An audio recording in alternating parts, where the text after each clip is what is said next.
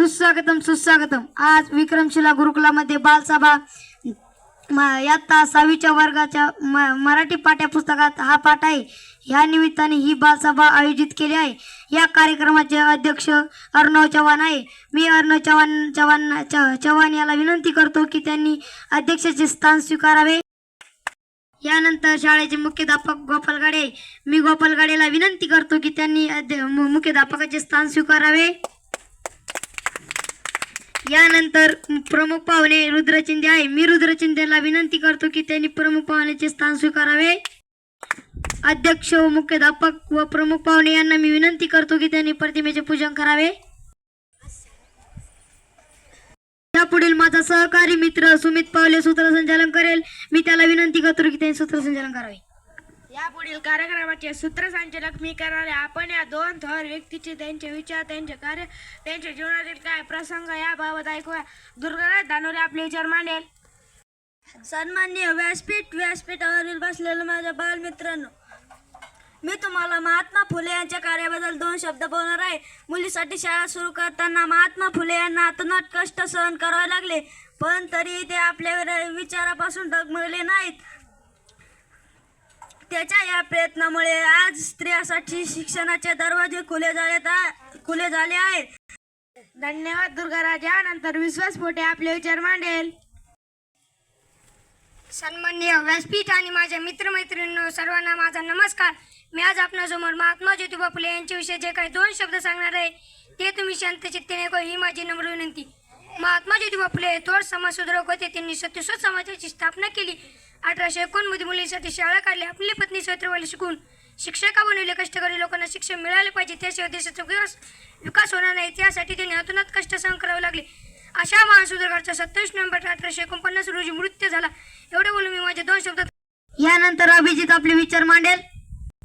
सन्माननीय व्यासपीठ व समोर बसलेले माझ्या बालमित्रांनो, मी आज तुम्हाला शहीद भगतसिंग यांच्याविषयी 2 शब्द सांगणार आहे. ते तुम्ही शांतचित्ताने ऐकावे, ही माझी नम्र विनंती. शहीद भगतसिंग हे एक थोर क्रांतिकारक होते. ते केवळ क्रांतिकारक नव्हते तर समाजसुधारक, विचारवंत देखील होते. त्यांनी क्रांती जिंदाबाद हा नारा दिला, जो आजही आपल्याला प्रेरणा देतो.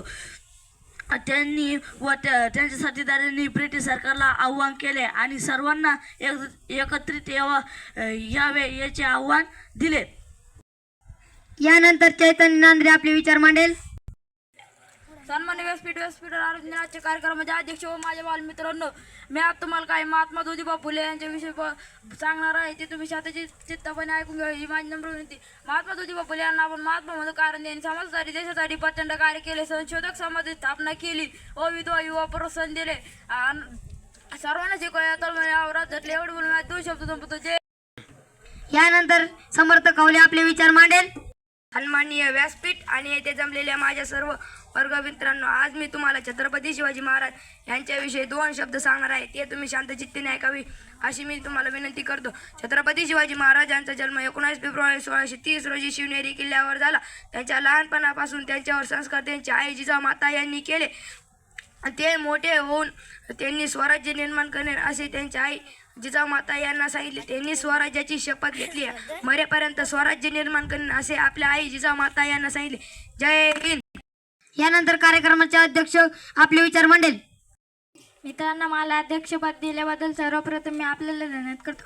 आपण अनेक विविधाचे विचार ऐकले, त्यातून आपल्याला या 2 थोडशे व्यक्तीची माहिती मिळवली. कविविद्या करण्याची म्हणल्याप्रमाणे देणाऱ्याने देत जावे, घेणाऱ्याने घेत जावे, घेता घेता एक दिव देणाऱ्यांच्या हात घ्या. महात्मा फुले व डॉक्टर बाबासाहेब आंबेडकर यांच्या शिक्षणाची गंगा घरोघरी पोहोचवण्यासाठी संकल्प करून व आपल्या एवढं बोलून मी थांबतो. जय हिंद.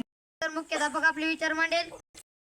सर्व विद्यार्थ्यांनी मला मुख्याध्यापक पद दिल्याबद्दल सर्व विद्यार्थ्यांचे खूप खूप धन्यवाद. सर्व विद्यार्थ्यांनी डॉक्टर बाबासाहेब आंबेडकर, महात्मा ज्योतिबा फुले व छत्रपती शिवाजी महाराज विषयी चांगले भाषण केले, त्यांचे खूप खूप धन्यवाद. एवढं बोलून मी माझे 2 शब्द संपवतो. जय हिंद.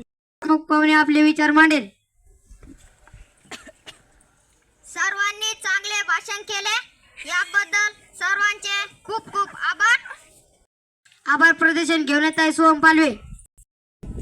आज आमच्या आजच्या वर्गाच्या बालसभेला उपस्थित राहिल्याबद्दल मुख्याध्यापक अध्यक्ष यांनी वेळात वेळ काढून या बालसभेला आणून दिले त्यांची पण खूप खूप धन्यवाद. व मुलांनी खूप छान बालसभा आयोजित केली होती व मुलांनी महात्मा फुले डॉक्टर बाबासाहेब आंबेडकर यांच्याविषयी खूप छान भाषण केले त्यांची पण खूप खूप धन्यवाद.